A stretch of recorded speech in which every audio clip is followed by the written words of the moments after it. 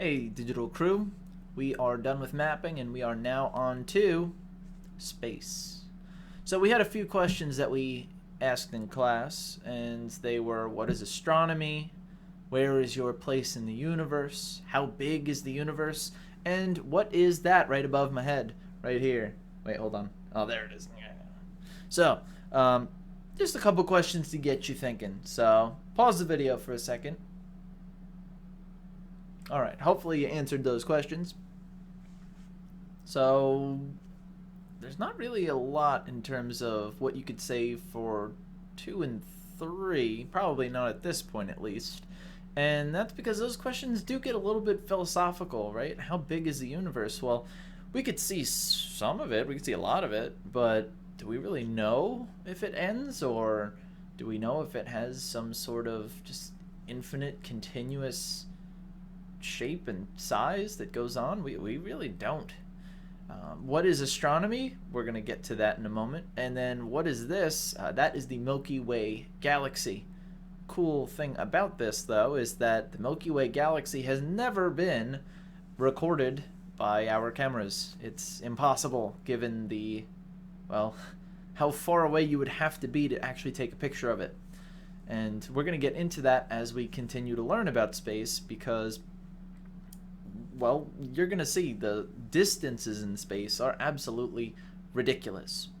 And on that note, there are a few different links in this PowerPoint. We will post the PowerPoint to Google Classroom. We want you to watch those links. They have to do a lot with the scale and get you thinking about kind of your place in the universe.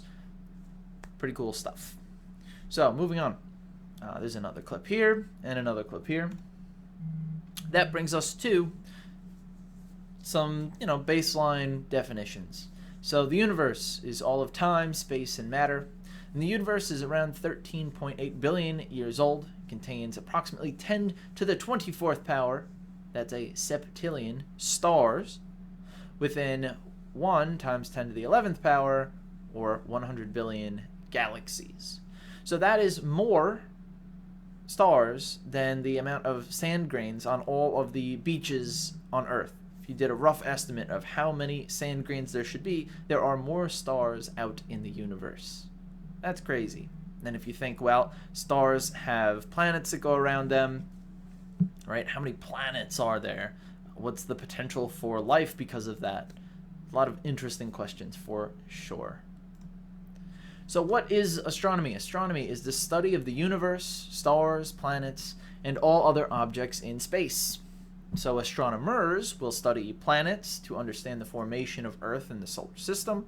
They'll study the stars to learn how stars are born, grow old, and die, right? Some stars are different colors. Why are they different colors? Some stars are exploding when they exit their life cycle. Some aren't. So they study the stars and really get a good idea of how they work.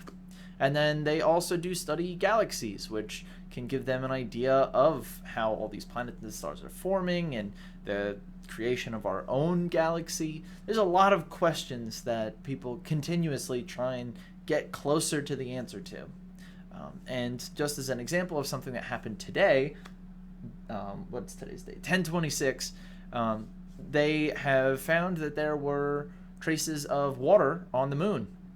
They found that in the dark parts of the moon, there are deep craters, and those craters show the signal for water. So that could be really useful. We could perhaps send missions up to the moon and extract water rather than having to ship it up with them if there's enough and if it's accessible. So it is pretty interesting given, with the moon, we haven't really had any advances that might be helping us to explore it, and that could be something that's really, really useful to keep people there and bring more equipment in one trip.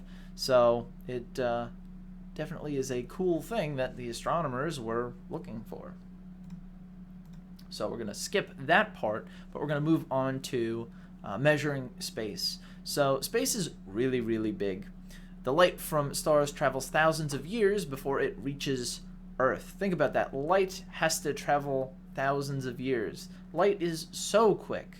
How quick is it? You can see in the middle of the slide here, the speed of light is 300,000 kilometers per second. That's crazy.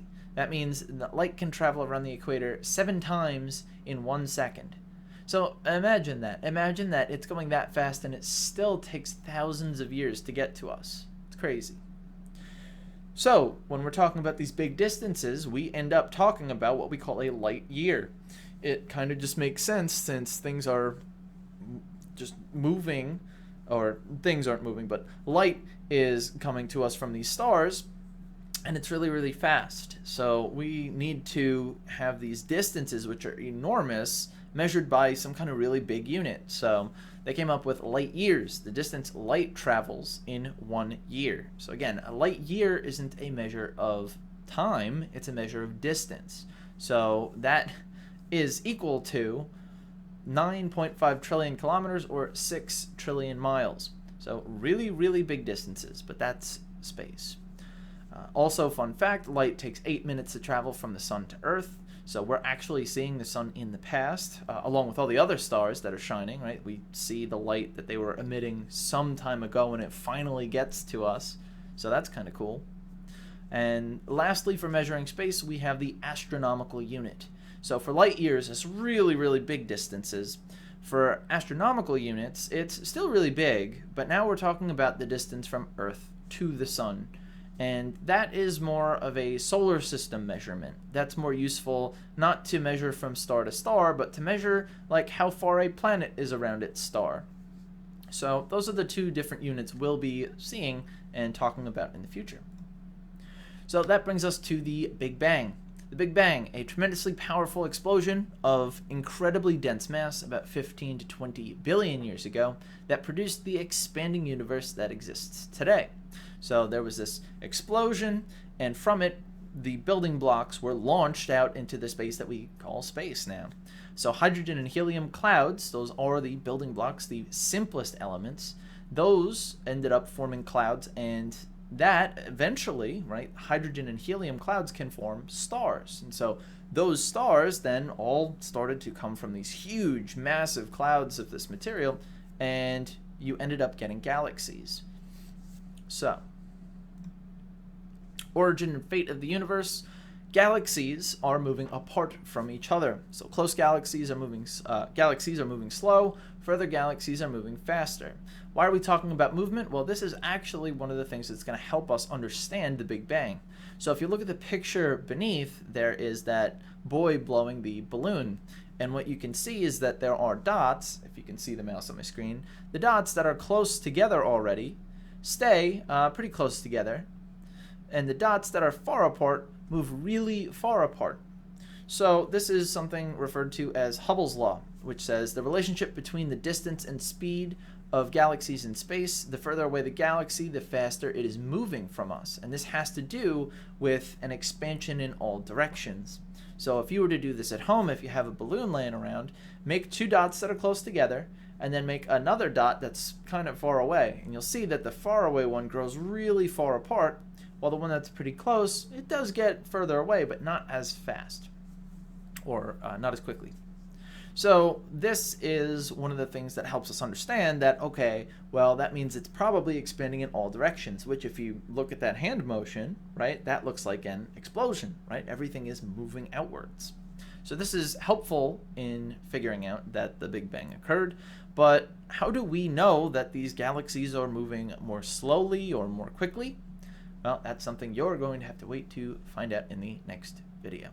So with that, have a good day.